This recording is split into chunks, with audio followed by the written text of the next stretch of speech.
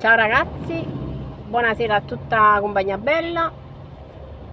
Vi volevo spiegare una cosa fondamentale per chi guida. Eh, ragazzi, il posto più pericoloso al mondo dove guidare è un parcheggio in un centro commerciale. Eccolo qua. Perché adesso ve lo spiego. Allora, prima di tutto stanno un sacco di gente che va zonzo, che cerca una macchina perché l'hanno parcheggiata e non si ricordano chi non l'hanno messa. E quindi vado a stare accorto che se no è chittata sotto, li buttate sotto. Poi ci sono macchine che girano con gente dentro che sembrano zombie vaganti che stanno trovando un parcheggio.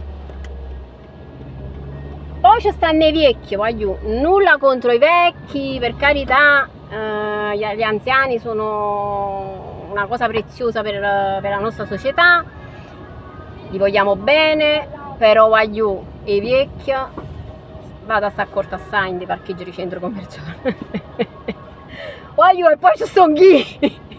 Questo è proprio un pericolo esagerato e in questo momento sto rindo parcheggio in Laushan, ve lo dico, e sto cercando pure io parcheggio. Ragazzi, fatemi sapere nei commenti se voi conoscete un altro posto più pericoloso di questo e se conoscete un'altra persona più pericolosa di me alla guida soprattutto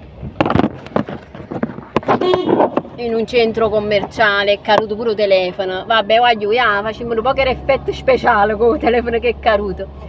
Ragazzi, adesso vi devo lasciare perché sennò qua veramente facciamo qualche morto, qualche ferito. Facciamo passare signore un pesce pedonale. Buonasera signora, grazie. A voi è caduto un altro telefono, un altro effetto speciale. E voglio, come fa?